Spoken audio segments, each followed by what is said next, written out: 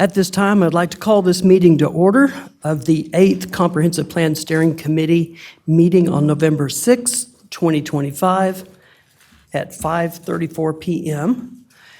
And we don't have anyone here from the public that wishes to speak, so we will move on to our first item. And at this time, John Chapman, Long Range Planning Manager, will introduce consultants with us tonight and provide an update of the Innovate Arlington timeline. All right. Good evening, committee members. Great to see y'all. John Chapman, Long Range Planning Manager. In front of y'all is the agenda we're going to have tonight. And before we really dig into it, I just want to check with the room on timing. We will try to fit in this 2-hour window, all the materials that are in front of y'all. But 15, maybe even 20 minutes extra if needed. Is that okay? I just want to make sure that before you leave, please check with me so that I can confirm we still have a quorum if you do need to leave early, because if we break quorum, then we need to just end the meeting. But everyone okay with that? Okay, thank y'all. All right, so some project updates. We have for entertainment tonight myself, as well as Jay Rankins, Principal in Charge with MIG, and Marco Hinojosa, who is our Project Manager with MIG, as well as the materials in front of y'all and the host of individuals that have worked tirelessly on all these materials.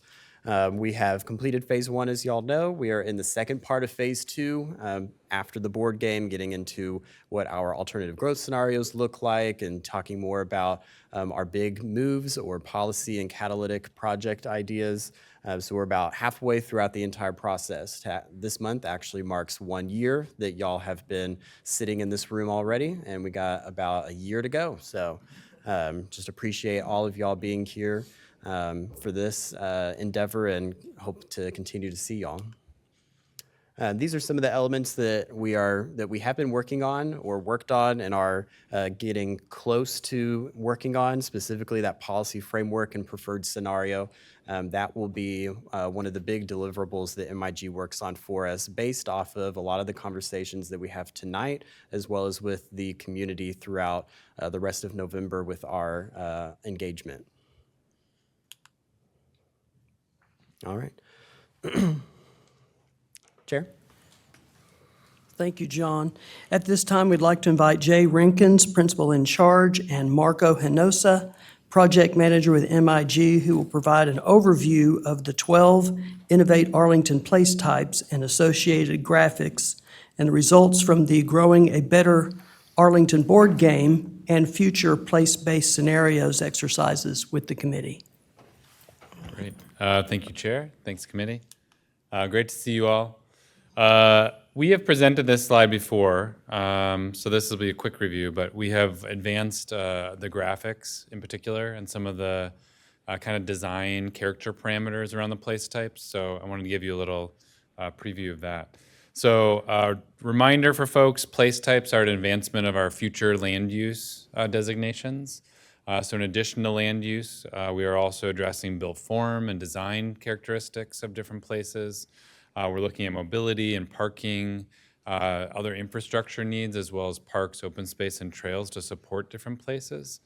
An important distinction, again, as a reminder, instead of just thinking parcel by parcel, we want to think about groups of parcels, blocks, ideally, that are adding up to a place.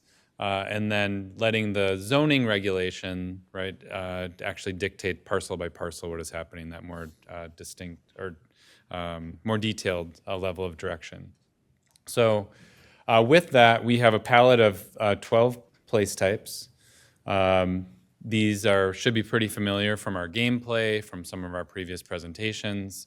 And what we've done since kind of presenting these to you last is digging a little deeper into what we're calling the parameters around each place type, and then depicting those in different ways. So I'm going to give you a little more detail on this first place type, and then we'll just kind of breeze through the rest. But if you have questions, please stop me on any of these.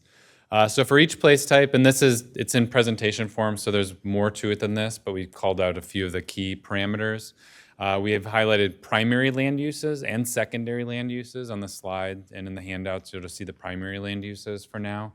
But in this particular example, estate/suburban neighborhood, where the primary land uses would be single-family detached and cottage cluster homes. Direction around building form, so 1 to 3 stories, driveways being common. We have some more detail around setbacks and things like that included there. Mobility is thinking about the modes of travel, the types of streets, kind of the hierarchy of streets. So in this particular case, slower speeds, traffic calming, mostly local streets internal to these places. Typical housing densities in the kind of lower left of the parameters here. 2 to 6 dwelling units per acre. So we've done that for every place type, even those that don't have a residential component. We at least say it's 0, or maybe it's less than 1 in some cases. And similar on the typical job density. So in the case of a estate suburban neighborhood, this would be our lowest employment density with the exception of our regional parks and preserves. So less than 1%, or one job per acre, excuse me. And then public space and amenities, we're looking at neighborhood-focused facilities in this case. We have provided examples of each place type as well, and gotten some feedback already from council when they saw a similar presentation on Tuesday, where they were saying, hey, could you use some different examples, better examples? And so definitely open to feedback on that from the committee as well. So on the graphics piece of it, we've created 2 sets of graphics for each place type. So the first is looking at a kind of oblique aerial shot, a bird's eye aerial of an actual place, and then we annotated that. So we chose sort of a piece of, or what was the distinct place within this, and highlighted different elements. And you can see the legend in the upper right, either on the screen or in your handout. But building form and massing, some of those key elements highlighted in the magenta or purple. The orange highlighting mobility features and parking. The arrows representing different mobility features as well, with primary connections, secondary connections, transit connections, and pedestrian and bike connections. As you can see, most of the major vehicular connectivity in this particular place type is on the edges, and then kind of local streets, slow streets with walking and biking facilities being more internal. And then we also have identified open space typologies and annotated those. And then you can see the place type boundary in the dashed white. So we've done this for each of the place types. I'll show you each, but won't go into all the detail around each of those. And then we created what we call elevation kind of graphic, which is depicting a couple of different things. The types of structures that might be expected. It's not meant to be totally inclusive and comprehensive for each place type, or that graphic could be, this big and we only have so much space. But importantly, addressing the transect. And we decided to simplify the transect. If your folks are familiar with like the Congress of New Urbanism, there's actually 6, 7, 8, depending on the community, up to 8 or so zones within the transect. What we did is simplified that to 3. So edge transition zone being sort of our lowest density. Typical zone being the most typical kind of moderate density.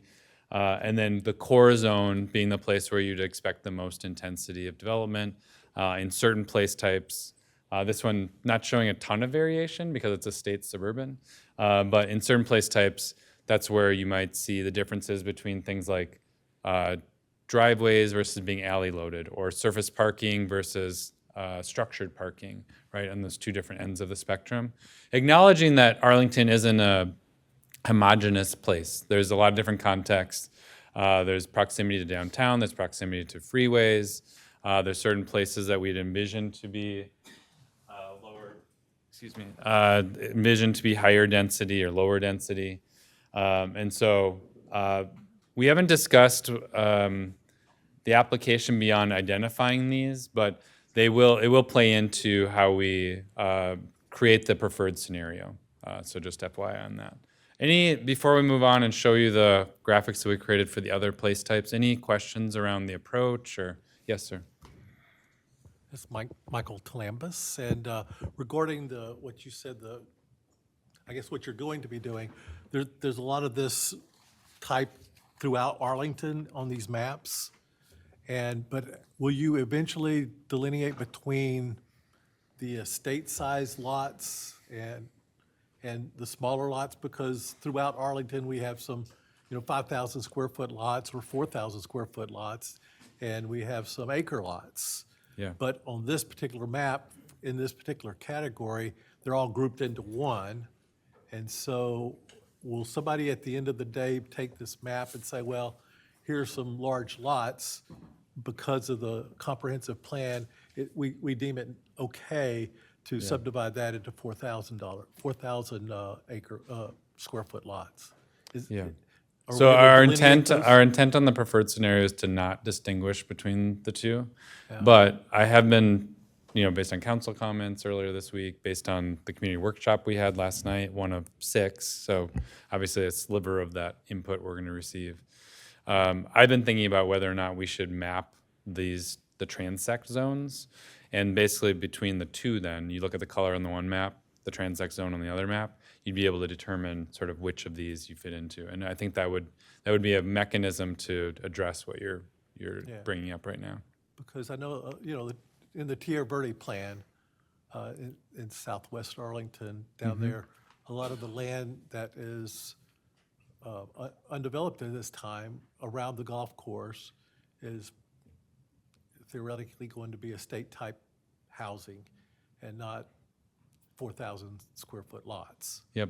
And so I just want to make sure that we still continue to be able to protect that Tierra Verde plan and the comprehensive plan and not override it. Yeah.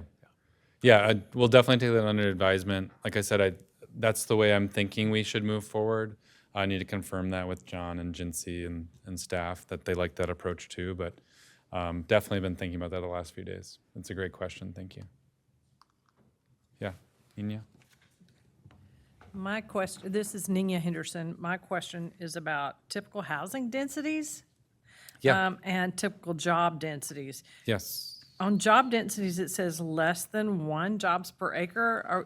Are we forecasting working from home? Is that what that is to imply? I That don't it's not understand 0, that. you mean? What's that? Do you mean, are you wondering why it's not 0? Is that why? No, I'm wondering, Why it's not higher? I didn't really understand, because to me, that means I'm looking at that neighborhood and there wouldn't be more than 1 employed person per home. We're looking at places of employment. So typically Places someone of working from employment. home, Okay. there is an address that's not their home that they are working out of. Okay, We can talk to staff about how they report someone who truly has a home business and in which of the instances. We're not really accounting for that. If they have a home business that is truly functioning out of the home and that's the only place that it's happening. yeah. So you're right, maybe we want to revisit that and bump that up I'm just a just little bit. thinking deliveries and all of the things that happen with home-based businesses coming and going. And so that hadn't been a part of my thinking before. Yeah. And yeah. so in these estate suburban neighborhoods, we're not counting on any business in that district.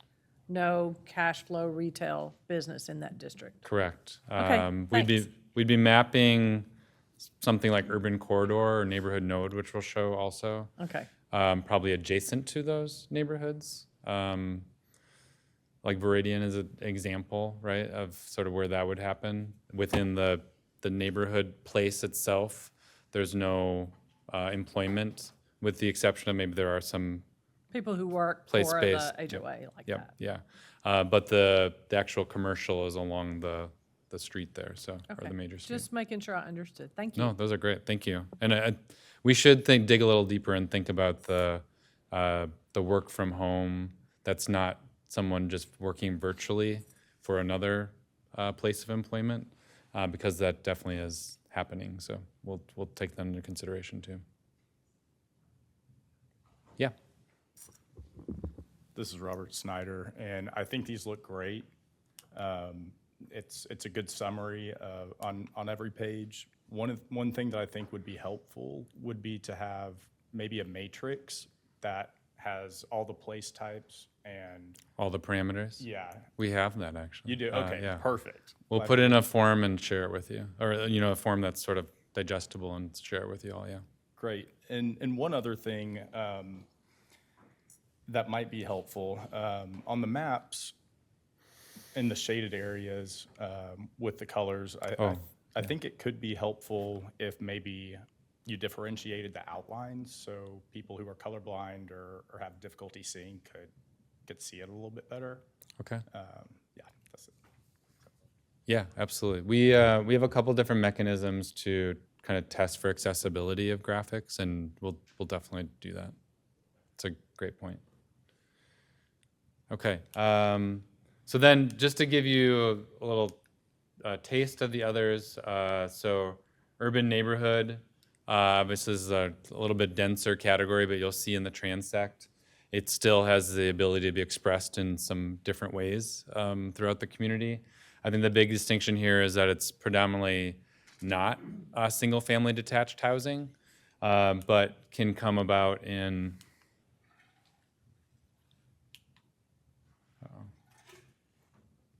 Is it just slow? I hit it a bunch of times. It might jump forward here. Marco's computer froze up, I think. Oh, here we go. So urban neighborhood.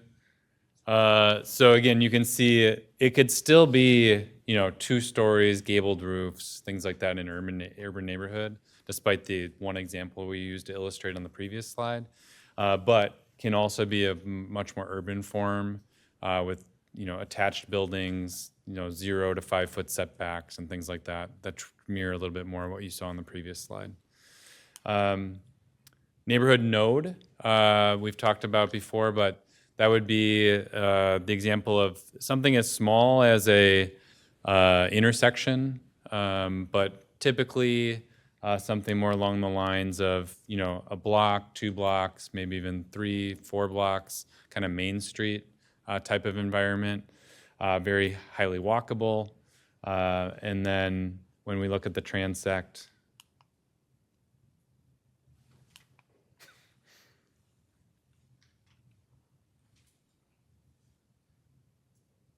sorry, everybody.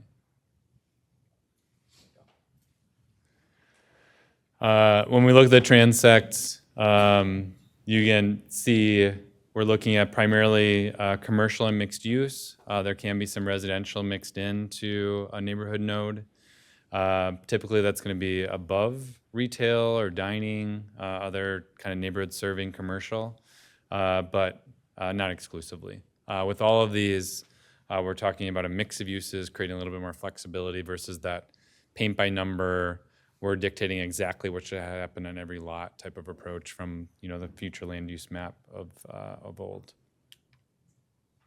Downtown, there was some discussion, actually, as we were creating the game, whether or not downtown should be, whether it be called downtown or regional center, should there be the ability to create multiple downtowns, which some few people decided to do in the game, even though we provided some direction not to. So we took that under advisement, but ultimately we think that downtown should be and deserves to be a special place. So the idea is downtown is really describing where we are right now, the downtown of Arlington. If there were other kind of dense urban places, those would be covered in our mixed-use centers. And so we'll get to that in a second. But 1 to 6 plus stories, up to 12 stories, based on existing kind of regulation. Typical housing density is going to be much higher, of course, 15 to 30 plus dwelling units per acre. Job density, 25 plus. You can see our diagram here, actually of downtown. And then this is one of our few place types that doesn't kind of cross all transects. We're saying really it's core and maybe on the edges, the typical zone. So we wouldn't, because of downtown, we're protecting it, it's one and only. We don't have any in the edge or suburban zone. Entertainment, cultural destination. Obviously the entertainment district being a big piece of what we're trying to capture here. But through gameplay, we heard a lot of input, and Marco's going to talk more about that. But we heard a lot of input on desire for other cultural districts, other smaller scale entertainment districts that may not have stadiums and arenas, but could have performance venues, could have museums, community centers, and things like that that might fit in this category. So mix of uses here does include sports stadiums, but also entertainment, recreation, shopping centers.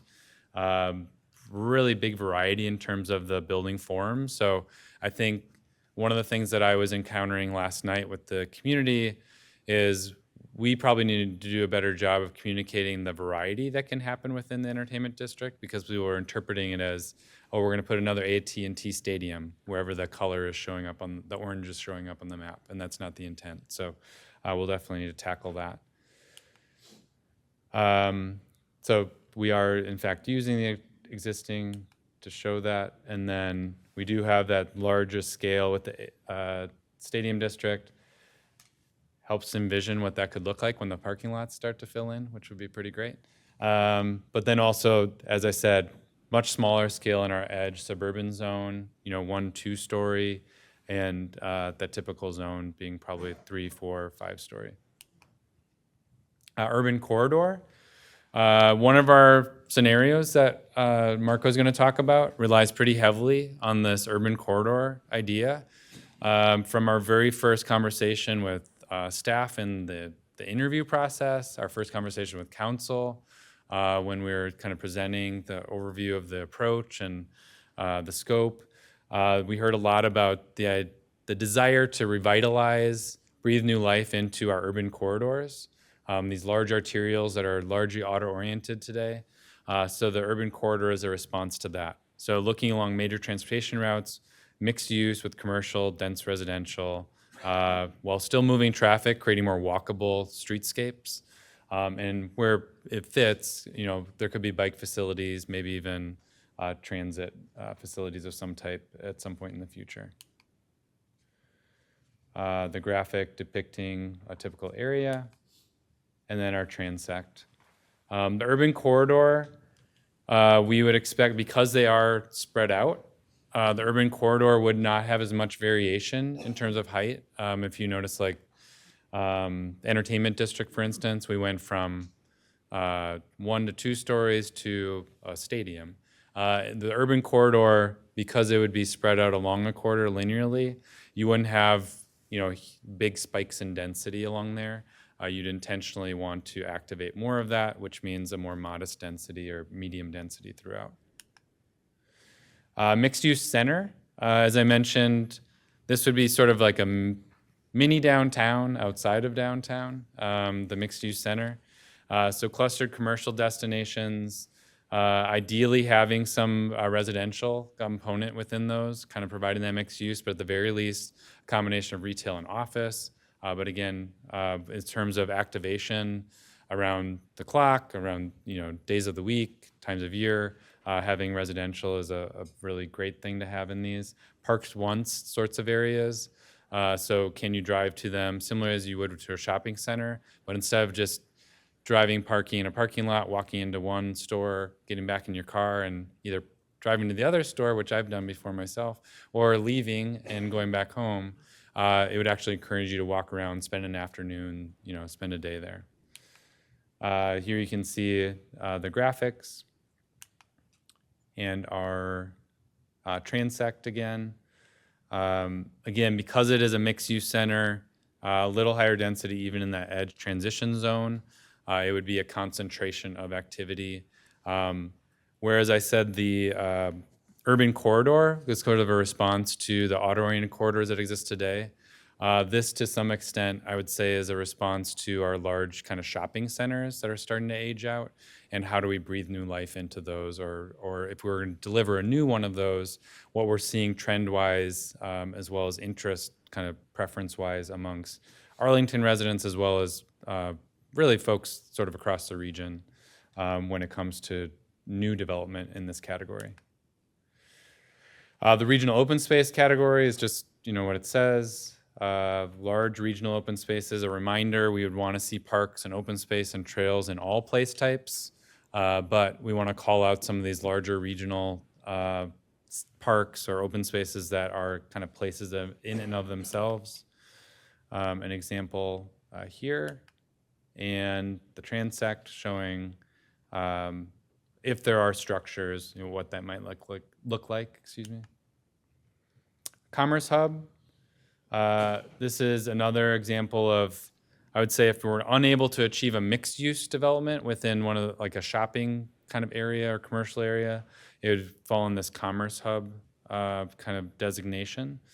So commercial, retail, shopping centers, some component of mixed use potentially. Here's an example, and the transect again. Campus. Interestingly, because your civic campus is in downtown, typically, and we said it's in the description still, this could be a civic campus, but it would be outside of downtown in this case. But more so educational, religious, other institutional campus development. An example. And our transect again.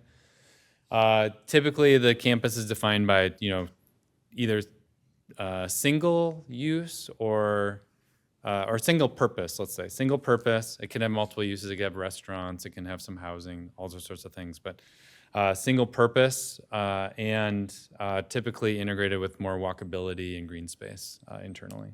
You can have a more urban campus, as the transect showed. Employment district is capturing our kind of I'd say lower density employment, heavy industrial, manufacturing, warehouse, but could be a larger office development as well if there's not a mix of uses integrated there. Here's our example. You can see larger floor plates, lower slung buildings, a lot of parking, storage on site for those facilities.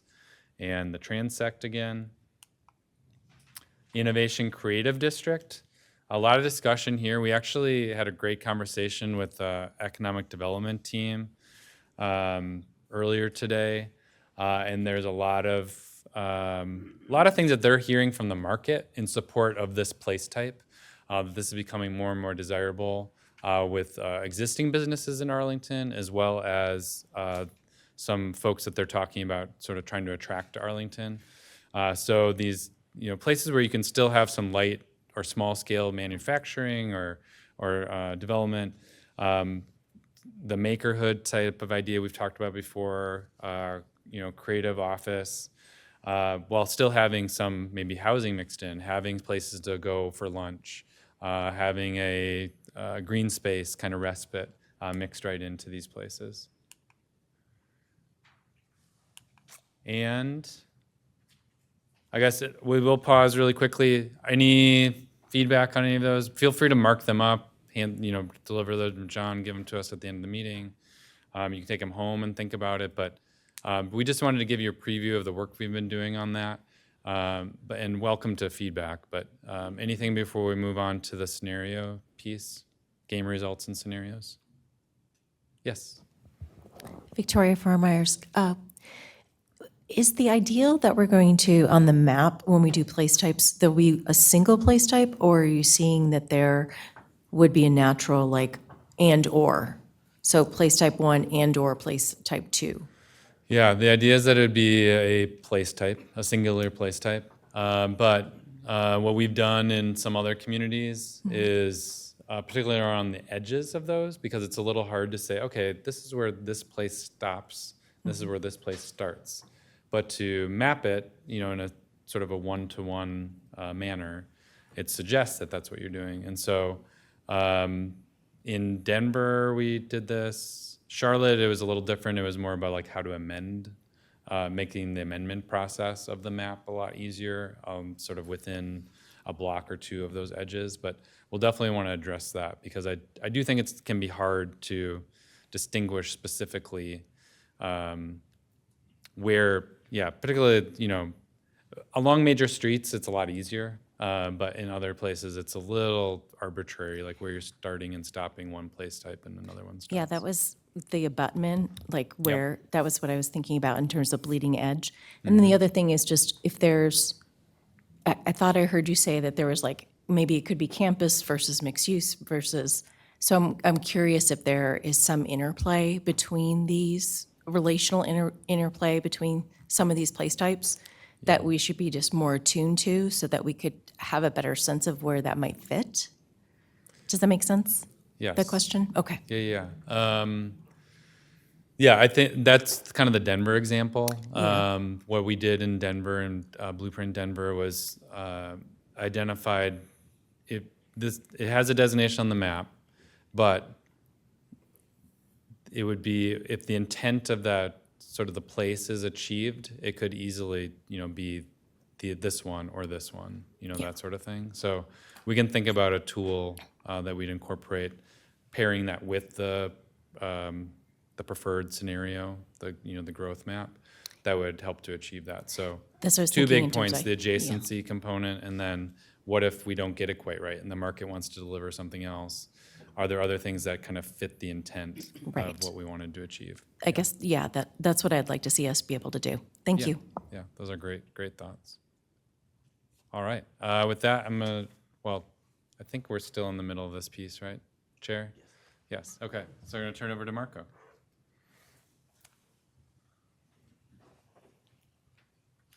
Good evening, everyone. Marco Hinojosa, project manager with MIG.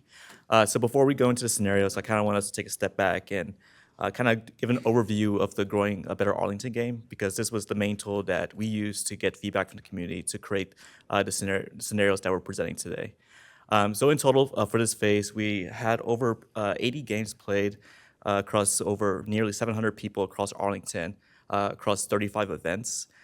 We had a lot of fun through multiple events. The city organized different game nights with different organizations, community organizations, including pop-ups at different places, including Coffee, UTA, the Downtown Library. One thing I do want to highlight is that we had some great representation from different age groups across Arlington, in addition to people who have been living here for a long time, but also people who just moved to the city and students as well. But in general, there was common consensus that everyone believes that Arlington is a great place to live, and they're very excited to see what the future holds for the city. So just a reminder, I know you all beta tested the game and probably played the games in different groups, but one of the components of the game that we asked people to select were different policy framework cards that could shape future policies and future land use within Arlington. So we took all that feedback from every single framework card that was selected, and of course we gave a lot of options, and these are categorized by different themes such as live, work, and play. But we took all the feedback and quantified all the results, and we came up with the most selected framework cards that were chosen by people who were playing. So for the live category, the most common ones were both urban corridor and nodes and suburban neighborhoods. And one thing that we've heard from conversations during gameplay was that people really want to make sure that the established neighborhoods in Arlington are protected, but they see that urban corridors in different areas of the city could play a really big part in accommodating future growth in the city. For the work components, the most common framework card was neighborhood commercial hubs. So that shows that people really want to see small-scale commercial uses near neighborhoods, but also uses that serve their daily needs. So that can include restaurants, cafes, dry cleaners, barbershops, anything within walking distance to where they live. And then for the work framework cards, or for the play framework cards, that included natural areas and passive recreation. So people really love natural features, so making sure that we're protecting sensitive areas, but finding ways to do some recreational activities in those. And then entertainment districts. So this is something that Jay mentioned when talking about the entertainment cultural place type. People are not envisioning stadiums all throughout the city. These can include smaller types of entertainment culture uses, such as movie theaters, museums, things of that sort. In urban plazas, people love urban plazas to socialize, to use as a gathering space, but just areas where people can meet up with friends and family. So with these framework cards, we developed two scenarios that could help shape future growth and development here in Arlington. And the reason why we're doing scenarios, and this is a tool that we've used in other cities, is that people love options. And I think when we show scenarios, we're able to evaluate different trade-offs for each one. So we established some different metrics that we'll share with you all today on how each scenario compares with each other. But we find that this is a very transparent way to show what exactly each scenario entails and what are the pros and cons of each one, which helps you all make decisions, but also the city and elected officials and developers. So starting with the first scenario, so this is sort of our baseline scenario. It's what we're calling business as usual. So this scenario basically translates all the existing land use regulations that the city has. So this includes zoning, it includes what's adopted in the 98 square miles comprehensive plan, and other small areas that the city has adopted. So that translates basically any future land use recommendation into the place type palette that we've created. Of course, the recommendation doesn't always translate as well to the place type, so we made some assumptions based on that. So this is what is showing in the packet that you all have. So starting with our second scenario, so this is what we're calling connected corridors. So this scenario basically organizes growth around major corridors around Arlington. So this includes north-south, east-west connectors. These really serve as the backbone of activity. And this was something that so the scenarios we showed at the open house yesterday, so some of the feedback that we heard from community members is that they see that this is a great way to revitalize aging corridors around the city. But because these corridors are usually bisecting neighborhoods, it allows people to have options to walk to different uses that they want to see and to meet their daily needs. So even though these corridors still would allow automobiles to flow, it gives people the option to use something else because those uses are could be in their front or backyard, metaphorically speaking. And then the third scenario, this is what we're calling the urban core network. So this is using a scenario that's built around a series of these large, vibrant, mixed-use areas around the city. But one thing we want to focus that even though these are scattered in places around the city, we do want to make sure that there's a focus for multimodal connectivity. So that can include transit in the future, but it could also include walking and biking as well. So some other feedback that I kind of want to just jot down. So we did have the first open house yesterday. So I think we have about 4 more planned. But some other feedback we've heard was that people do appreciate the scenarios because there's some sentiment that it does take too long to get around different places around the city. So having some things nearby will allow them to get things quicker if they're driving, but explore different options as well. They also see this as a good way to target investments and places that might need a little more love. So this includes the corridors that I mentioned, but also areas in the city that are identified as being underutilized. There is a very strong support of making sure that these future places are spread evenly across the city and that everyone's able to access them in a fairly efficient manner. And there was a very strong focus on making sure that the cultural side of Arlington, the diversity that makes the city great, is embedded in these places as much as possible.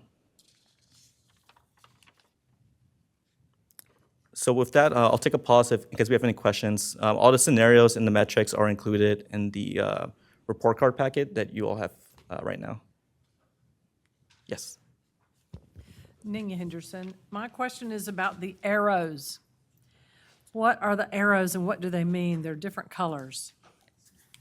Yeah, so those basically are showing different focuses. So I'll start with the urban core. So the arrow matches the color of the place type itself, and those stars kind of represent different potential neighborhood commercial nodes, kind of following the framework card that was selected.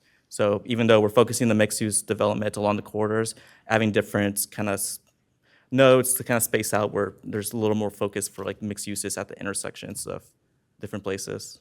So it's a loose corridor then? Yes. Yeah, so at these alternative scenarios stage, we collectively, as a team with staff, decided to be a little more illustrative and sketchy with these. The preferred scenario, while we're not going to be thinking about each parcel individually, it will be parcel-based. So you won't have swoopy arrows. It'll actually be a polygon on the map with a distinct boundary. I think it's brilliant that you were helping me connect the dots with a nice arrow. I just didn't know if it was a specific, I was trying to match the colors to here. Yes. Is that the right thing? Yes, that is correct. Okay, so the light pink arrow points to a dark pink neighborhood node, and so it's along that way, focused in that category. Right, exactly. Okay, thank you. Yeah. The arrow represents a place in and of itself. When it's an arrow, it's along a corridor. Do you want to collect feedback via the mural? Yeah, if there's no other questions, we can shift over to the first open discussion exercise. So I'm going to switch screens real quick for our note-taking assistant, and Jay's going to facilitate that conversation.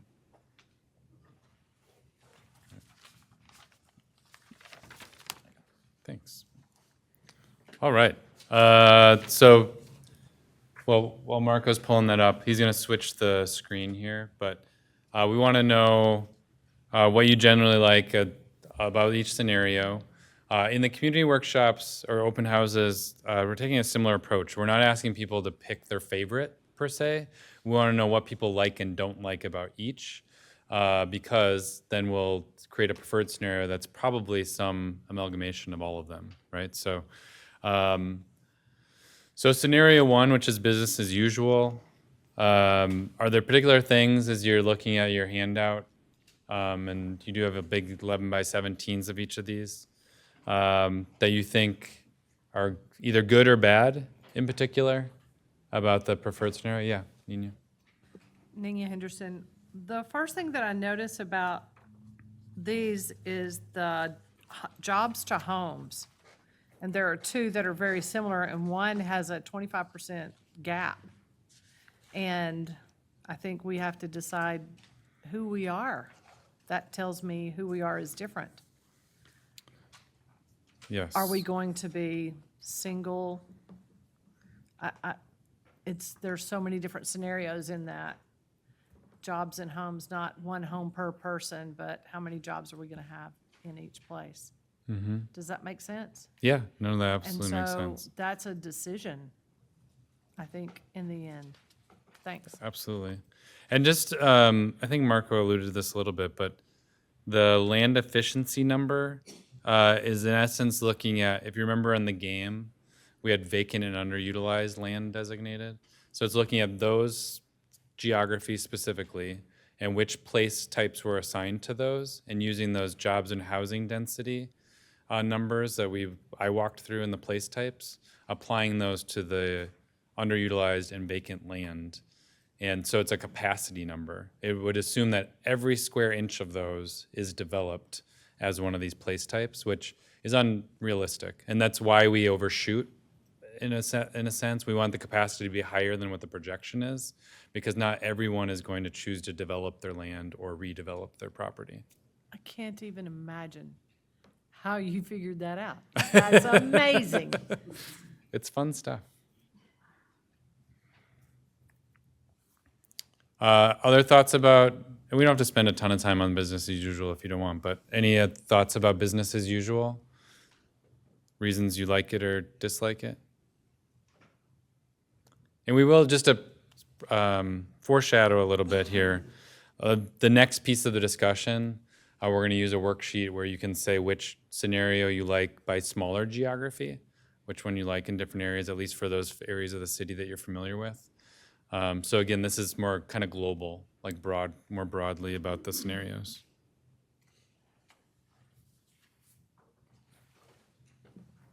I have another question. Yeah. One of my questions as I compare the two is how do we know that the tax dollars will support these choices? That's the scary bit about what we're asking. Yeah. Can So we tell from this data? Yep. So we did do some market analysis of the place types prior to doing the scenarios. So we haven't done a detailed analysis of the scenario, but we know based on the place types that we're applying, that they generally will be, the city would be right side up on both scenarios for the most part at a high level.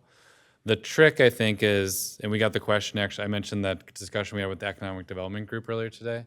They said, well, I said it too. It's a lot of change. Both of the alternative scenarios is imagining a lot of redevelopment. It's not just focusing on those vacant parcels. It's assuming there's a lot of redevelopment, particularly along our corridors or in our larger commercial areas today. And so that's the piece where it's hard to predict, would the market bear that over a 20-year period or not? So, but your question about would the development pay for itself in essence, right? In terms of services and infrastructure needs, we think so, but we will be doing an analysis of the preferred scenario and tweaking it if necessary to ensure that that's the case. Because the reason we're here is for a bond, correct? So we actually have to justify the expenditure in order to sustain this city. This will inform the CIP and going to a bond ask. But it's not our sole purpose, right? But it's an important component of implementation, absolutely. Well, we can dream really big, but if we can't afford our dream, Yep. then we have a mess. Yes, Okay, agreed. thanks. Yes, This is Zach Graves.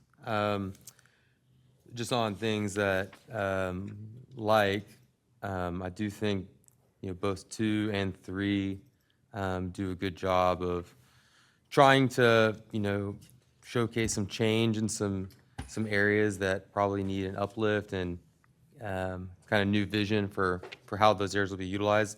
In particular, on scenario 2, I think it stands out to me because particularly with the, I guess, little star asterisk that represents, I believe, neighborhood node, it seems like, comparing them back and forth, that scenario 2 does a better job of kind of envision how we can reinvigorate our existing neighborhoods.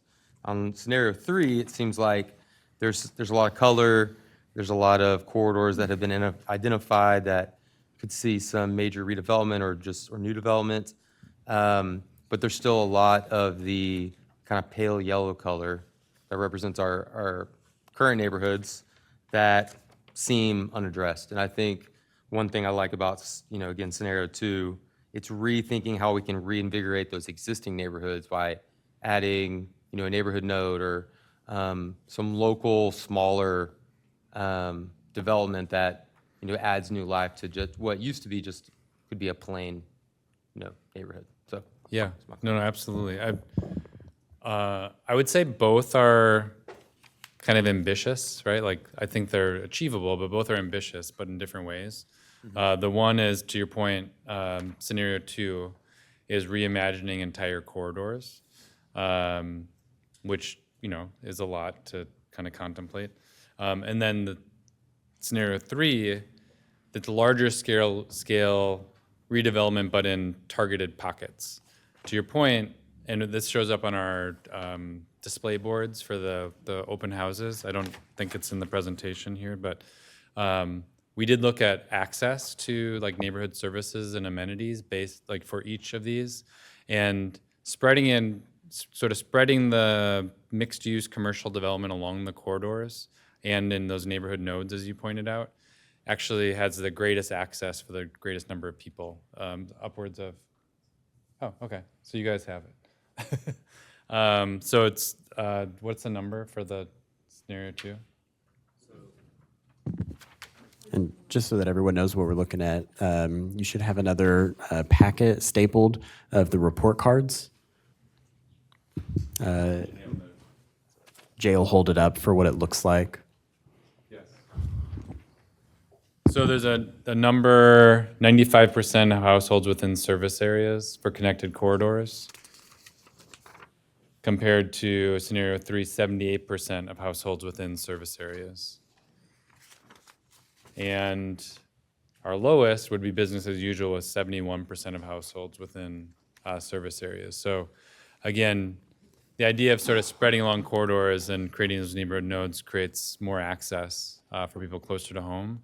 So when people are saying, hey, we want more walkable places closer to where we live, I mean, the math shows at this point, at least, that scenario 2 does a better job of achieving that.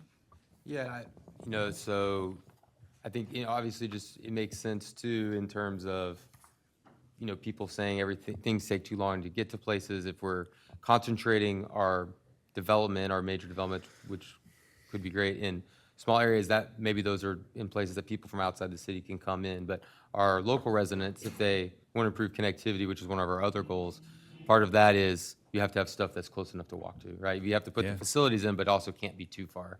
Yep. So again, focusing in on, I think you described intersections being great, but other ways of those neighborhood nodes, I think is a good use of that. Yeah, great, thank you. Yeah. That's Mike Talambas. We have 3 scenarios here, and some of them are very similar. In areas, they're all similar. So how would we, if we don't agree with what's presented here, far-fetched example, you have downtown defined between Collins and Cooper. And suppose that we think it should go all the way to Fielder Road. How do we communicate that to you? You do right now. Yeah. We're also, as I mentioned, there's the next piece of our discussion coming up in a few minutes. We're going to be looking at specific sub-geographies. There's a worksheet that you have that will kind of walk you through. That would be another opportunity to talk about sort of the geographies of the different places, if you want those to be adjusted in some way.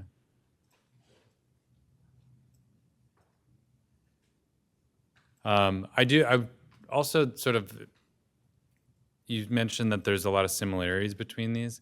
It's because Arlington is an existing city, right? Like, we're not imagining reinventing every neighborhood in particular, right? We're not imagining that every place redevelops. So it's a certain, a smaller percentage of that. So the variation is concentrated, admittedly, in primarily commercial areas along corridors and such, yeah. Yeah, Nina? I'm trying to figure out how to ask this question. One of my greatest concerns is that in the business as usual, we have more commercial hub, but it doesn't show up in scenario 2 or 3 in any big way, and yet that's going to help us afford to do this. And that's a concern to me. I like scenario 2, but it doesn't seem sustainable unless we really move some big sections and pieces, as if it were starting anew. People's homes would change, people's habits would have to change, and they would have to be agreeable in order to have it all. I like scenario 3 because it seems more balanced to me overall.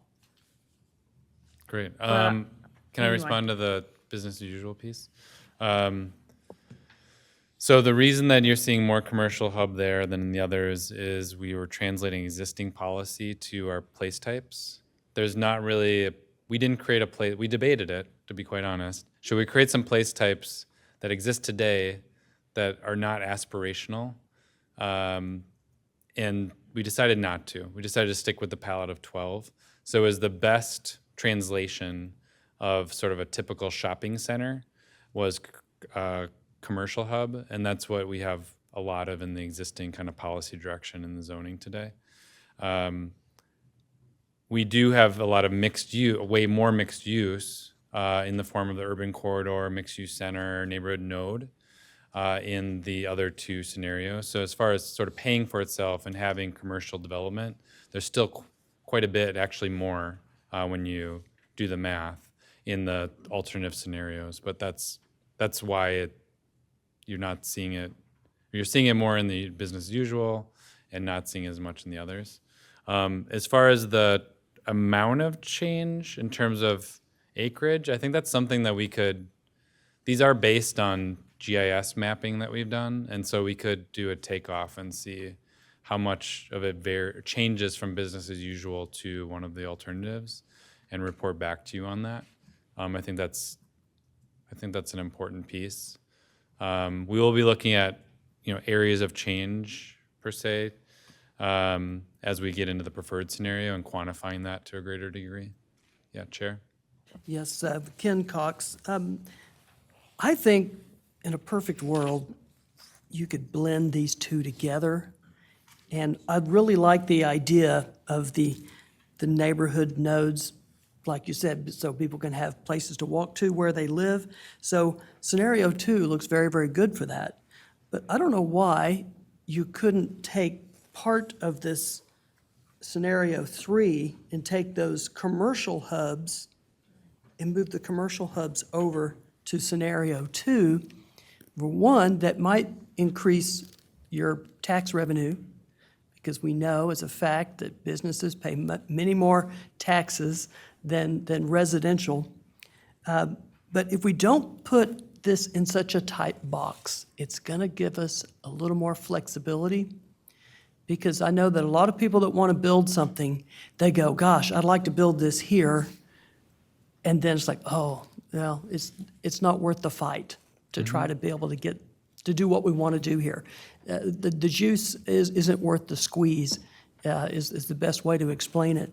Yeah. So, if there was a way that had some flexibility by having some of these commercial hubs and still have these neighborhood nodes, I mean, that'd be kind of the best of both worlds. So just my 2 cents. Yeah, that's great. It's actually a great segue to the next piece of our conversation. But before we do that, any additional kind of high-level likes, dislikes on the 3 scenarios?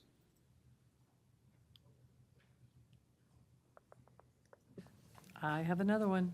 Okay. Ning please. Henderson. On scenario 3, I love that the entertainment cultural destination in south of town near 20 has grown as opposed to the mixed-use center. So it's a nice blend of the two, and it's giving us something to do besides just spend money on disposable goods over Yeah. our lifetime. It creates experiences. So that, to me, is very exciting for that to have popped up in the data. Great. Thank you. All right. So everyone should have one of these at their seat. It may look does it look just like the first? Okay, great. The other one that we were using earlier today was like sideways, and I was like, what is that place? But yes, so one of these here. So this is, I know it's still kind of, it's coarse. These are large areas. But the idea is each kind of little sub-geography that we've created has which are kind of the subsectors, has a number or a set of numbers within it, 1, 2, and 3. So what we want you to do is look at your 3 big printouts, look at each of these geographies, at least those that you're familiar with, where we understand that you may not know every place well enough to kind of say which scenario you think is the best. But for those that you're familiar with, circle the 1 representing business as usual, 2 representing connected corridors, or 3 representing the urban core network for what you think is most appropriate. We'll take a few minutes to do that individually, and then we're going to kind of start the small group discussion portion of the evening, talking in the small groups about sort of what you thought different preferences were for different sub-geographies. And the idea is it's not quite as nuanced as Chair was speaking about, but hopefully it begins to get at how we might blend these moving forward.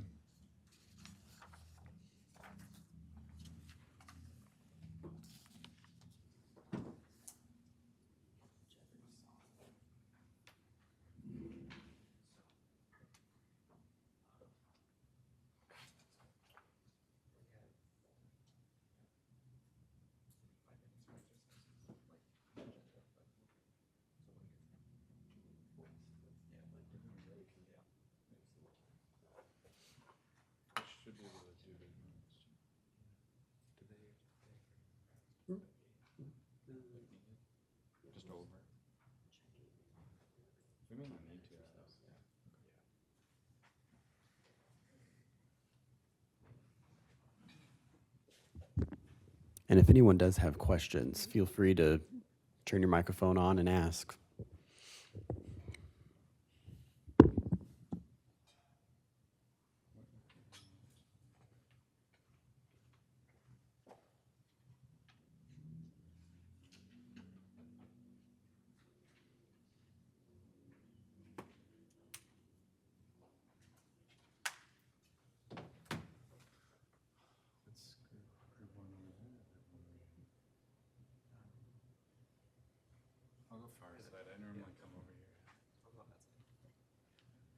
you're group, I think you're group 2, so I think you'll be. Okay.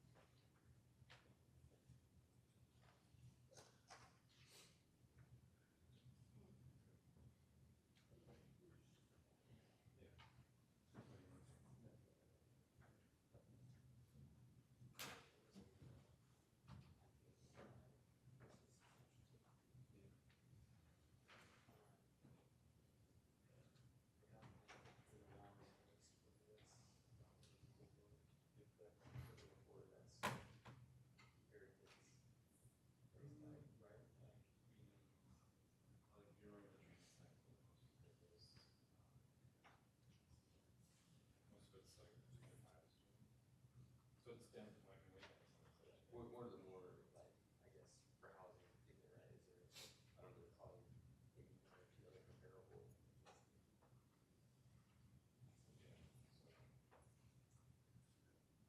Yeah, just kind of. Because they're good. I guess, well, I guess that makes sense, it's sort of surprising, some of these small areas. Right, so it makes sense having a long arm. I also was thinking about like, and I would just, it's acceptable.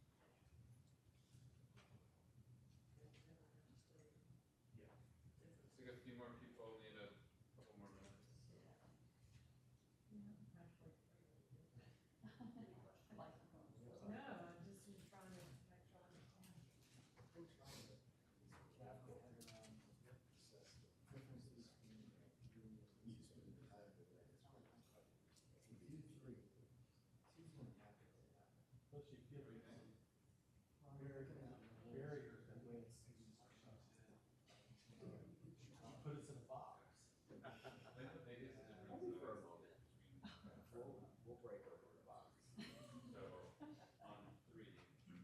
So, you know, if you like this in the box, but you don't like this in the box, you still have to choose. Yeah. I mean, but certainly still make a comment. So most of the major materials would have, with the exception of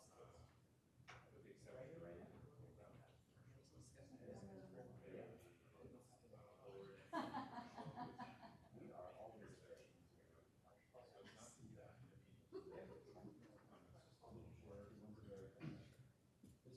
versus this guy has. We're always.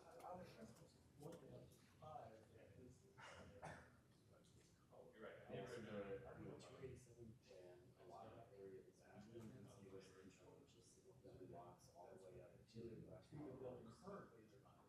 correct. So that's just a future land use plan, which will not be in criteria. They're already entitled. You can't touch it. But the thing is, over time, should, it's all locked down in yellow. Correct. And they generally, all of this. All locked out. So it's like,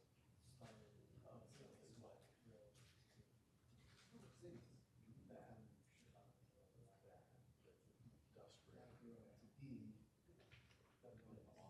Industrial. Yeah. So that's now. In scenario three, though, That's where innovation is. More about the national use. Important.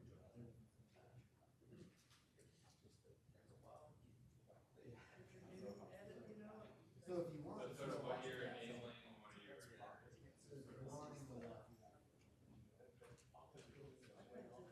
At least from that. Okay. So I think everyone is done marking up. If you're not, you can kind of finish up, but we're gonna convene the small groups. So we have 3 groups. This is group 1 right here, 4 of you all. You'll be with me. Group 2, you're with Marco here. So if you can kind of squeeze in, get a little closer. And then group 3 here will be with Robin. John, slow.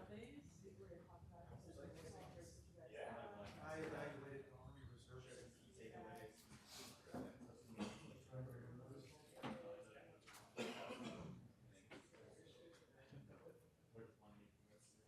No, my girlfriend's in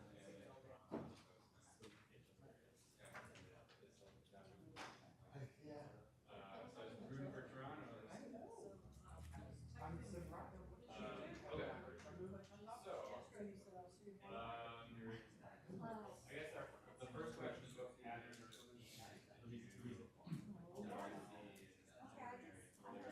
kind of bigger swaths of the city. We like scenarios together. You like the application of things like corridors or highway patterns. Or was it just kind of really just stay space on parts of town? These areas, they're called commercial hubs. Mine knowledge of art. For that producing area. Yeah, it's got the entertainment, cultural destination, it's got the mixed use center, Sectors along there. and the innovation creative district. Because the only one of the three centers that have it is That's one way to make connectivity. We have a city that's already built. That makes it very difficult. We could just approve when they're following. So we're looking at the Edges. Robert, you want to move into 3. That's probably the only way to do it. I'll help you.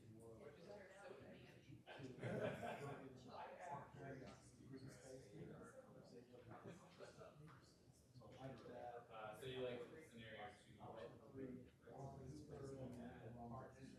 But not So on some of those major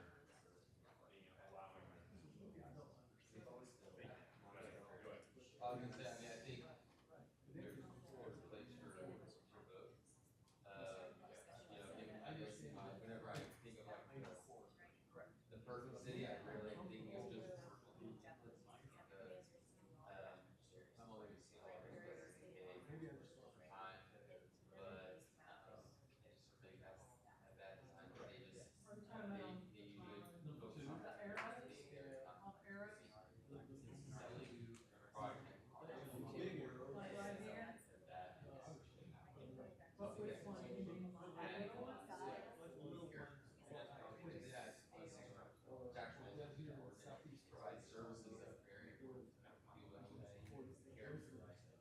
So I think it's to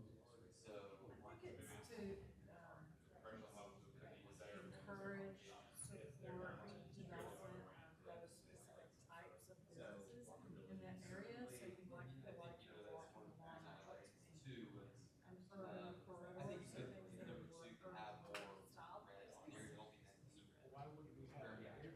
but actual neighborhoods themselves, So the places aspects that have of the lots of stars people, people very attached to are for smaller neighborhood neighborhood It folks. is You know, like you have a corner series of six shops, really working on places that but other businesses along the way.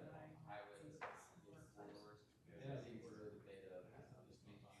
In places where people are naturally already living, encouraging mixed use. Yeah, to live there and having, that's not that makes it. How people. I agree with a lot of what he said. I mean, I think that there's a place for everything, so I think it is important to have a mixed use component in new development. It's just kind Well, of commercials is a completely different culture. limited on That's scenario three. There's almost no commercials too. Yeah, you can tell the themes here, the common. Yeah, I like the idea of like where people are. Urban.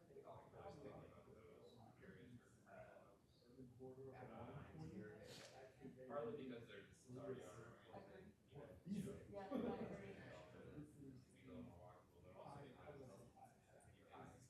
agree.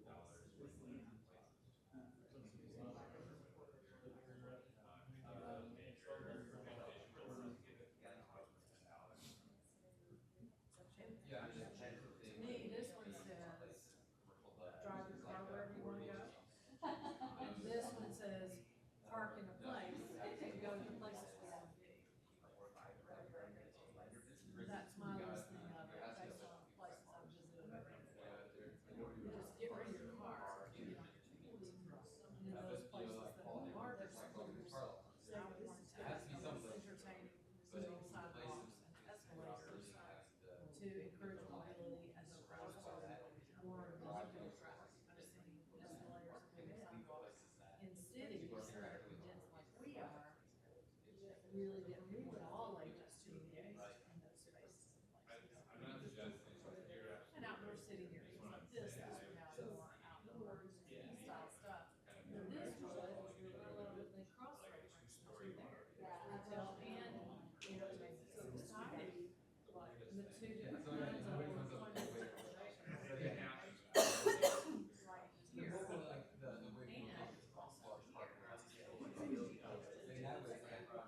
I know. You gotta read my mind. bigger kind of themes or patterns. So my map was yours, twos and threes is along here. I see we did a lot of the same stuff. just noticed because when I was looking at paper, economics people were running this. Oh, you did one business as usual up there. A place to go that's. How come? I did too. Did you? To flood that How neighborhood. come? I didn't know what on that one too. Did you? I said And so three. I noticed that I kind of favored that. Because it, The center. for me, I like all the little hubs that they have and business as usual. Yeah, absolutely, yeah. No, the thing is, things change. Up in the northern part?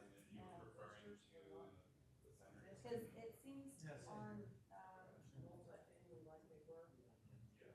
they were.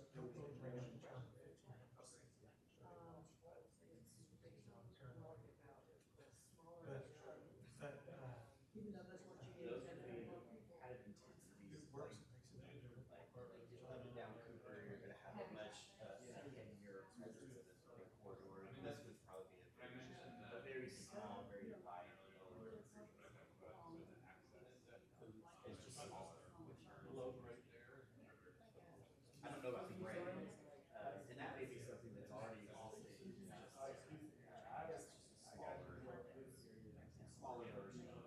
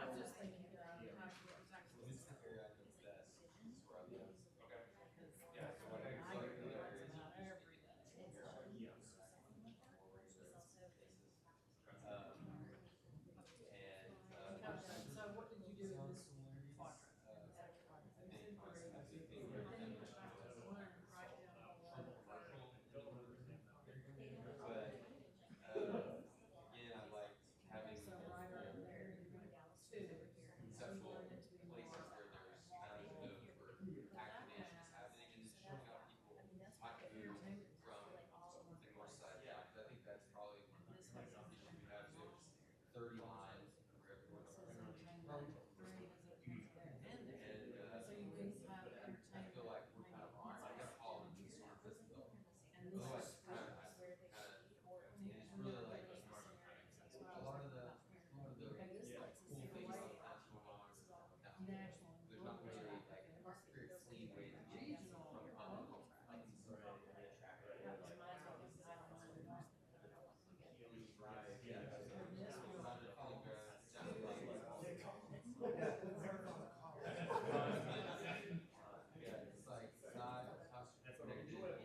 particular place. It doesn't have it doesn't have a lot of stuff. Probably people will probably but just so you know, my neighborhood, a lot of the same thing, but not a lot of activity. Above 30 or below? I like it too, partially because it has the arrows that show how many Minutes right here. and then there's more of the emphasis on that kind of. So you went with one as opposed to zero? More stuff happening.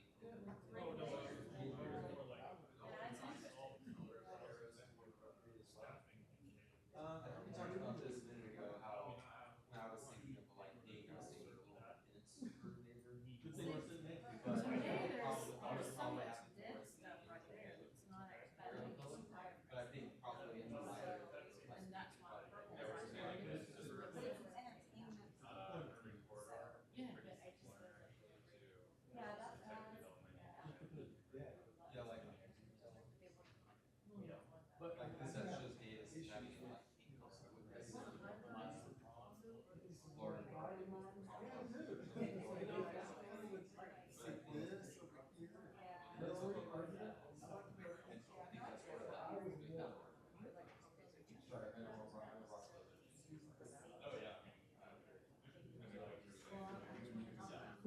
You can have it.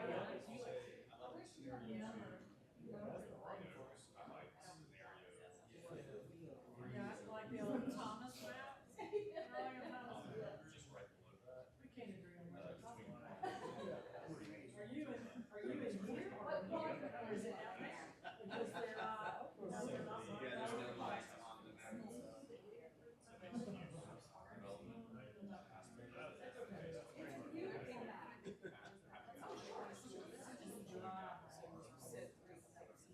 Are you seeing Arlington? I feel like on this side, I think there's a lot of opportunity with the entertainment, cultural solutions. We have close to businesses. They're very interesting. So that's kind of push back on. More center and north in that area, I really don't have south. Over my own. I will get crayons and a blank map. I mean, I think I'll fill in the light yellow for you, because that's a lot. You can't be putting blocks. Where is that box? Give me that box. Remove it for you. Maybe I want to. I like, well, connecting cords too. So that's the you feel like it's That's where it's.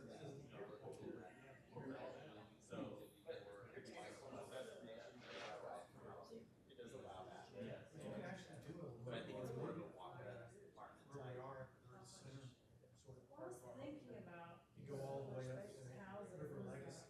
corridors all around, or is it, And it's like a 26-mile loop that's what is it around the bigger connected cities? with traffic. Oh, There's a very short thing on the building. And so that looks and feels like down by Bay Park in Houston. And so what do you do? Because they're at sea level. We'll You do can't it go in along. circles. Come on, here's the back there. But how, if people are there, like, if we're one ranger's way, there's an inside drive. There's nowhere to go. You can't get out. I got it. So you have to decide. If I live by the full. Yes, exactly. So how do those people? When they need to, we don't comply with it. So it'd be good to assign that as housing. You guys I don't know, I'm still doing a lot of process. We don't want. Yes, I don't really know the city is.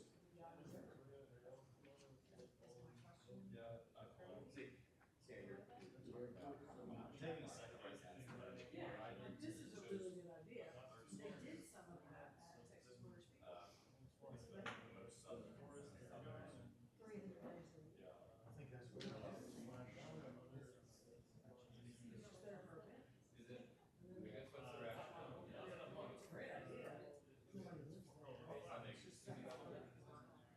The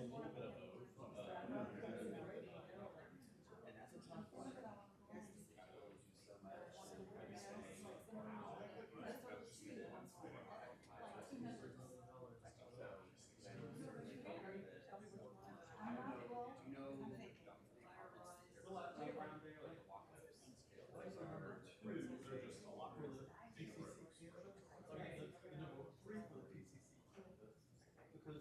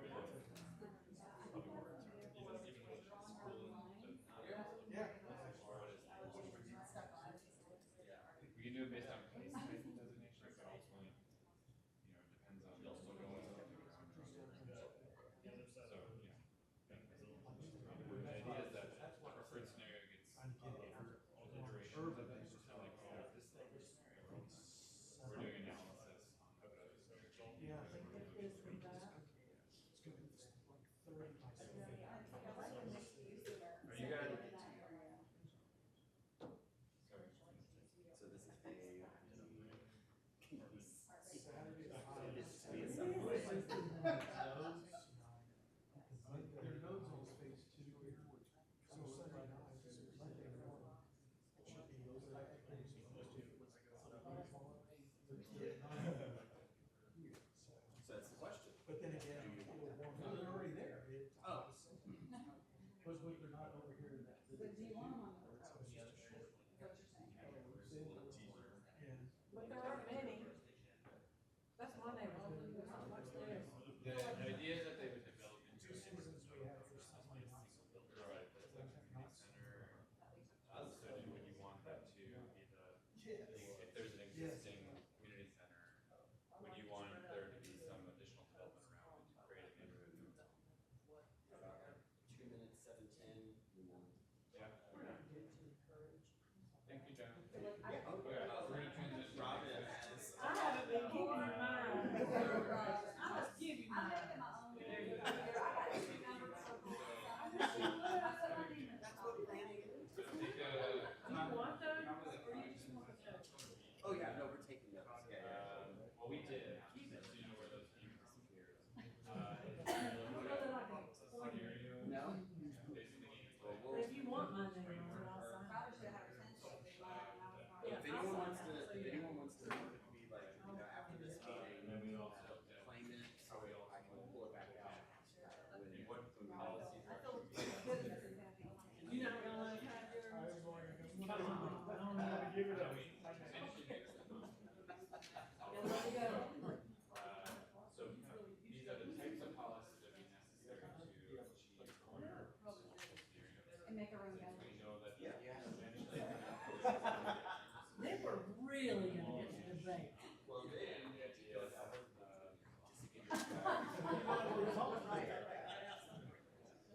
Lori is not having any of it.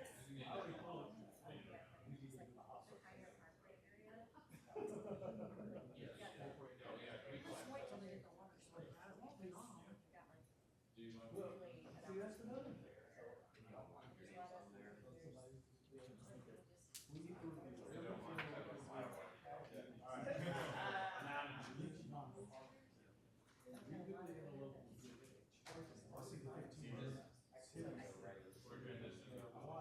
We are doing that.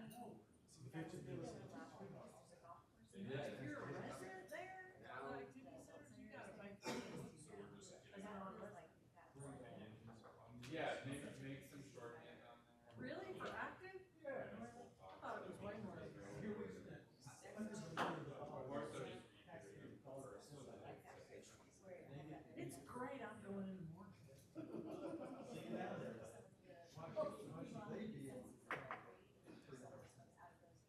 Cause it's $3 we don't have, and they're not gonna be doing it.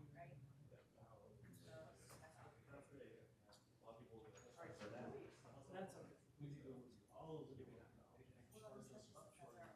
But what are we gonna do? They already are. Where a lot of people don't want to leave, is it? Bless your heart.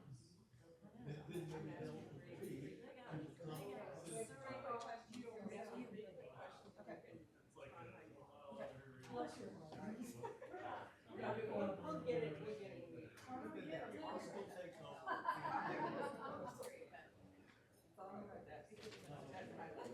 All right, so.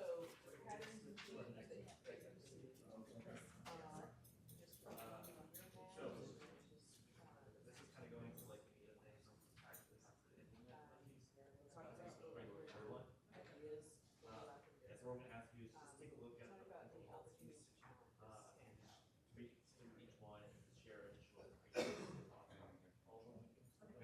So, let's see who's first starting. So, yeah, take a couple minutes and see if we can come back to that. Going to this? So we're taking about 5 minutes, like in. I can make some. And then.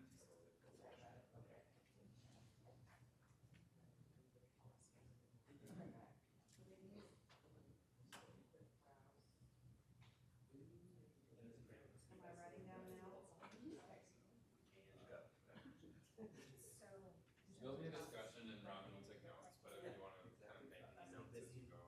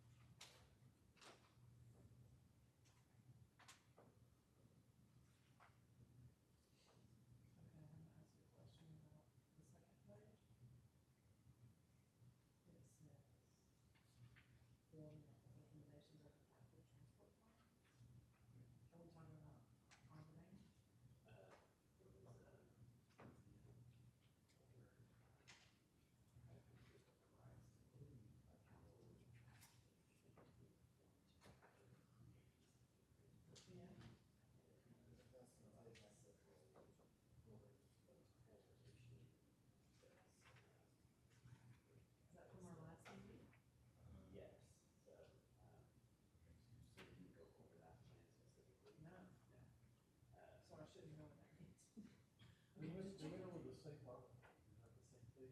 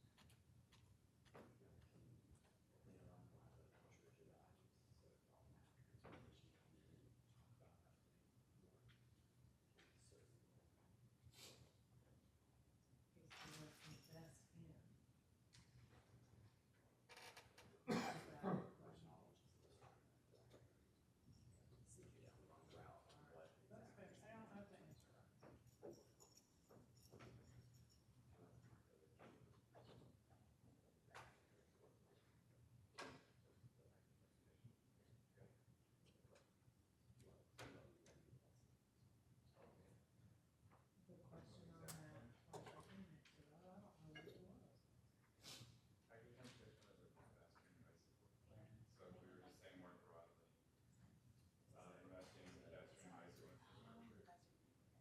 So it'd be adding bike lanes, widening buffer and sidewalks. But as written, it's just kind of broadly saying. There's like, I mean, there's dozens and dozens of projects. So let's start this conversation.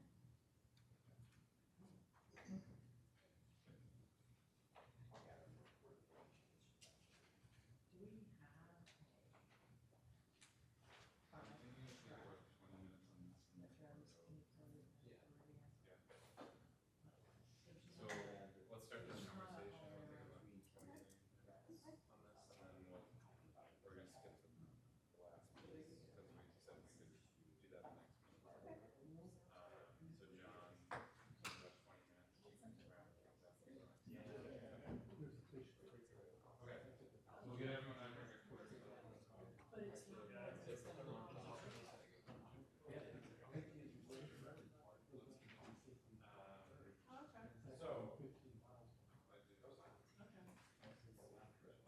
So.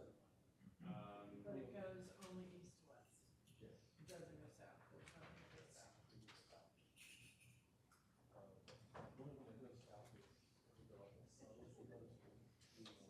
I guess what I'm most interested in is No, there's no ice. There was something that all talking through, what, which ones kind of jumped out to you? And what do you think in terms of potential partnerships? Yeah, a couple of, first one is. So you didn't answer to that? Oh, I got it. It's in, did you tell us that?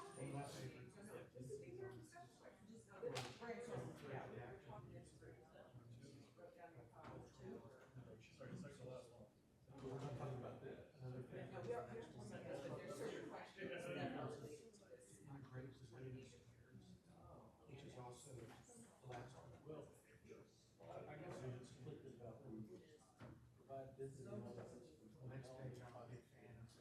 Reviews of building or access to the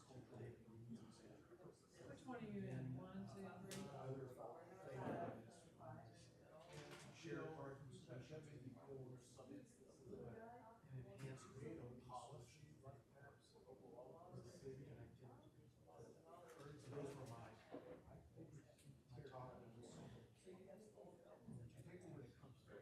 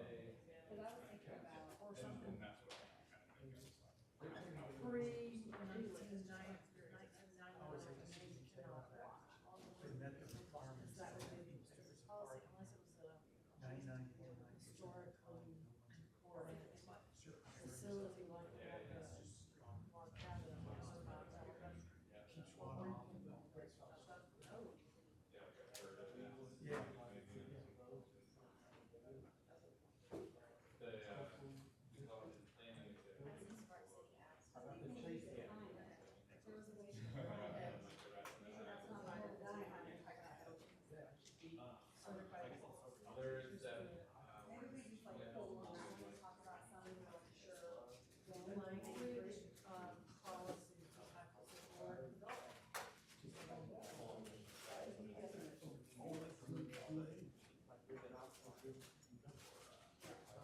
so you're saying require, require sustainability and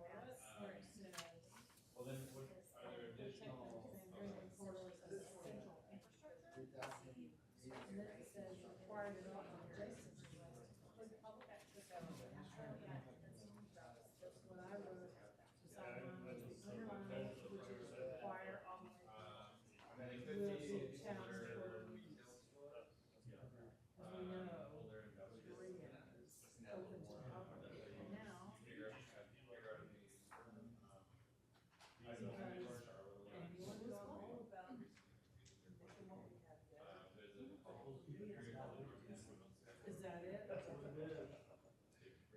And enforcement of the state, I understand.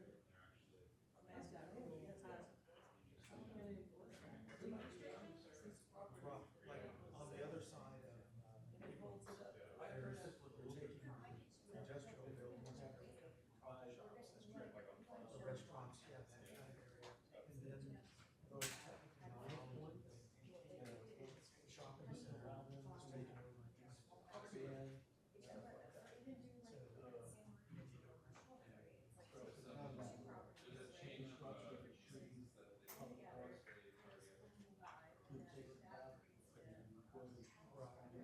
was taken over and transformed. And then in Arlington, off of Joe North Davis and stuff, there was a short-lived grocery store. And put all your turning places and projects here, given still place for it. So they turn grocery stores, education, schools. So in terms of sustainability. But then there's maintenance. Who's gonna handle that? Like Dallas.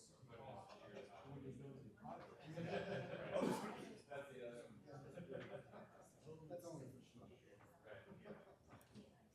sure.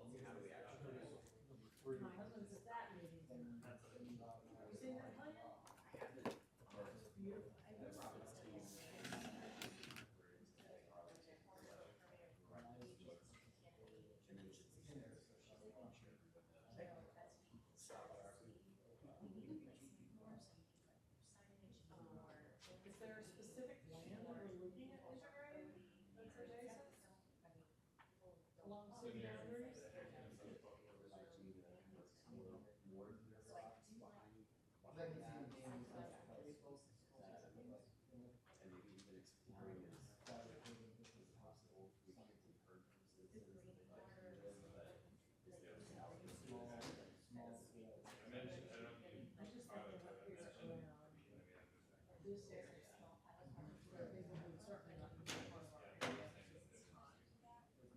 It's far from Fort Worth, Arlington. And there is some green up there.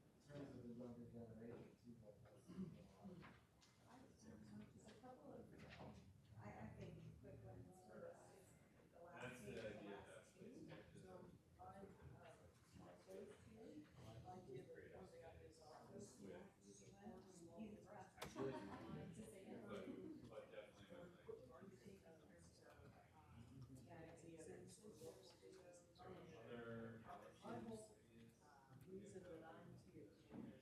last meeting. Are you working on a brilliant plan to do that? We were asked for that. Did.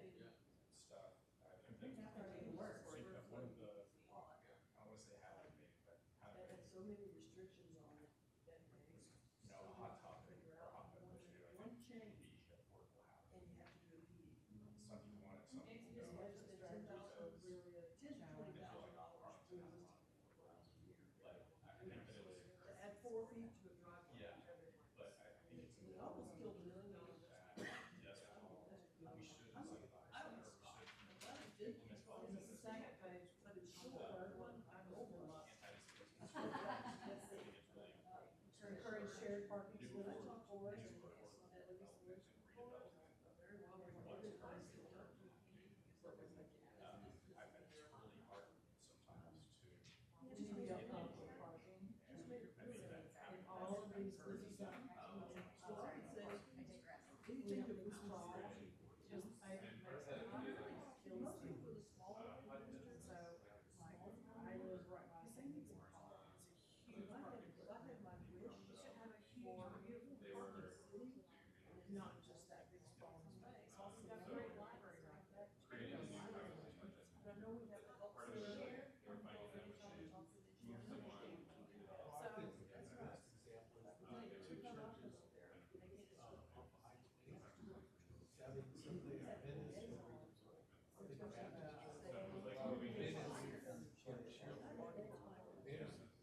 Very well known. Or if you go to basketball Sunday night, pay parking during the week, at night, when you're just on the street. But somebody's gotta maintain that car park, and they've got to pay tax on the land. That's a lot. And one parking another type of parking solution that doesn't necessarily be shared is actual parking.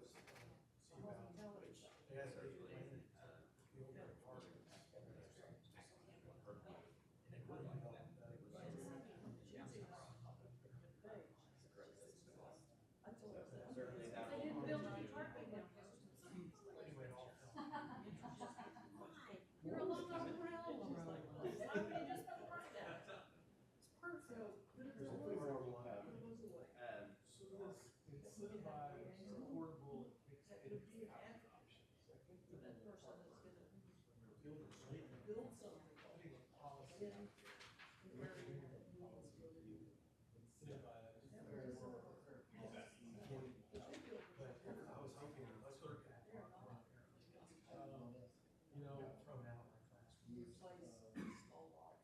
Have you seen Hope 6 and Hope 3? There are housing projects in the deep south. And so you could have someone who is on, what's the housing voucher that you can get, who accept, people call, who accept this, whatever it is. So you could have a Section 8 person, that might be someone who bought a townhome right next to a luxury townhome.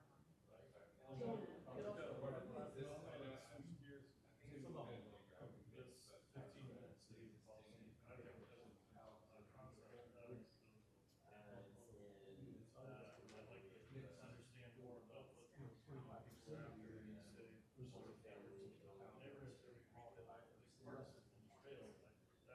And so I think the goal in those projects is to, is a rising tide lifts all boats. You bring in varied income levels, then everybody maintains a better standard.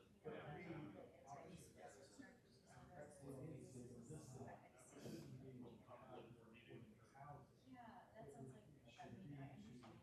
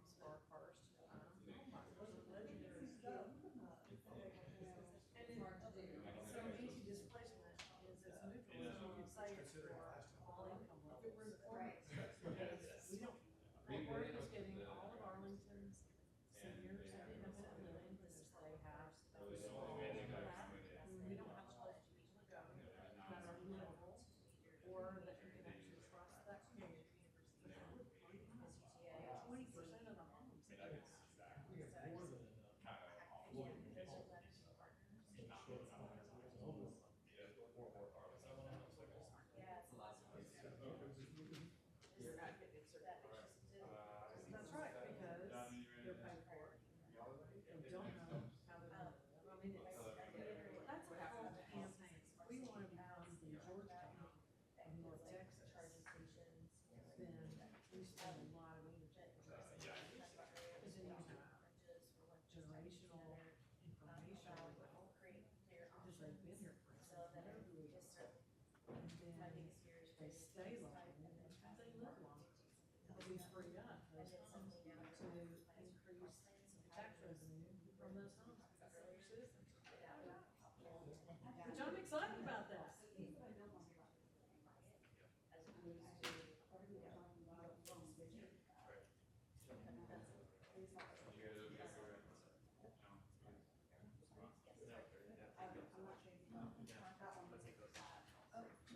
I think we're gonna, you guys okay wrapping up?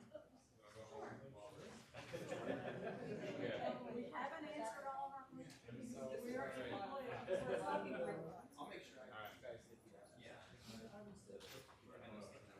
Oh, Marco needs to plug back in, I think.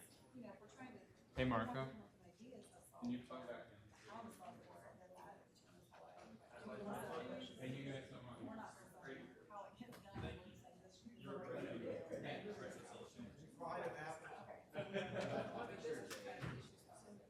My stepmom likes it.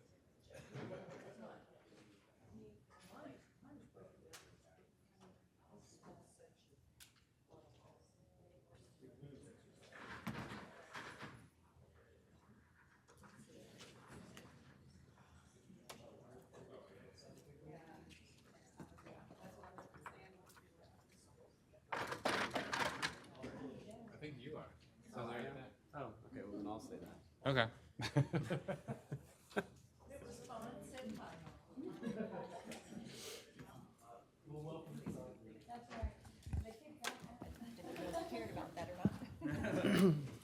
Okay, so what a helpful meeting. A lot of knowledge bombs from so many different areas on this. This has been a little bit complex, but I think that we do have some good direction.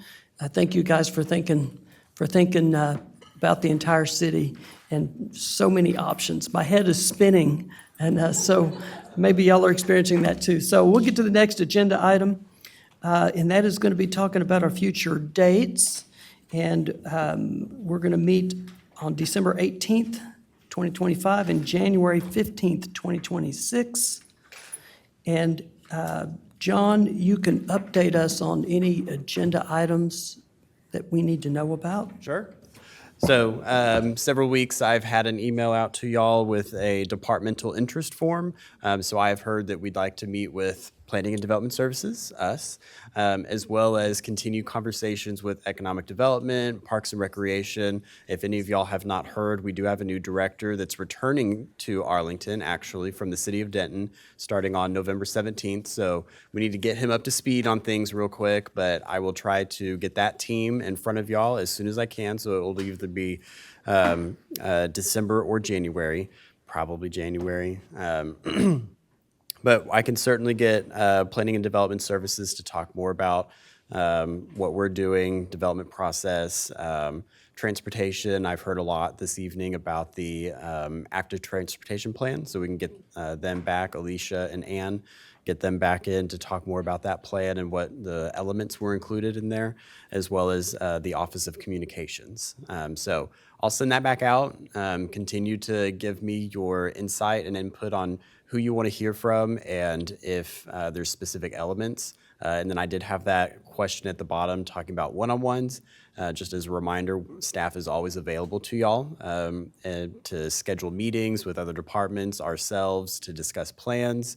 If you guys have any questions, we don't have to do, you don't have to learn everything right here if there's something you want to explore in a deeper, meaningful level. So, and then kind of piggybacking off of the exercises we just did and talking more about next steps, and Jay can certainly chime in if I'm missing anything or not articulating it correctly.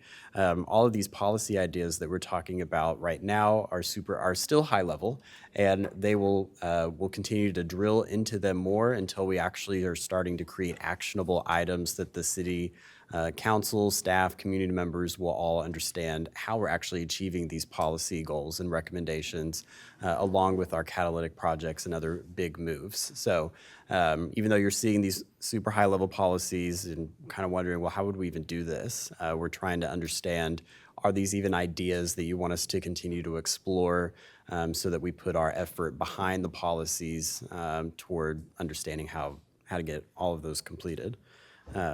So, One other thing on that, John. yeah. Just one other additive piece. These were policies specifically around the development kind of scenarios. And you probably discussed it in your groups, but there will be other policies obviously developed for other pieces of the plan as we think about the vision elements, other topics that we're addressing in the plan. So just our first foray into policy development, but we'll be doing a lot of that over the next few months. Thanks. And then, as y'all see up there, February 19th as well. So does everyone have a copy of the calendar? I can resend it if it's gotten lost. Definitely over this next year, since we're really going to be getting into more actionable plans and into our adoption phase, please just have your calendars updated, and I will continue to send out all of the reminders so that we can all be here. All right, so next steps. Right now, we're in our draft emerging place type scenarios. That was today's strategic plan committee meeting. We will then create our preferred place-based scenarios. That's going to be our February meeting. That will be based off of all of our community input as well as the input that y'all provided us tonight to create that preferred growth scenario map that will be not so blobby. It'll be a little bit more polygon-based or parcel-based. And then we'll start creating our implementation policies and actions, and that will come in front of y'all in the spring before moving into our true final adoption process next summer and into the fall. So before I close, I just wanted to make sure if the committee had any future agenda items that they'd like for us to bring forward, rather it be myself or the MIG team or any other departments of the city. Any other ideas? If not, you'll get the email with that departmental interest form. So certainly if you have any ideas, continue to explore that. One exercise we did not do tonight was the big moves exercise. Certainly take home that exercise. It's very similar to the survey that's been sent out to get y'all's input on what are some of those policy ideas that we can explore. I will modify that survey to more so reflect the exercise. So we will revisit these ideas, and MIG will continue to get your input throughout this process. So, anything else? No. All right, Chair. Okay, being that there's no further business, we'll adjourn this meeting at 7:47 PM.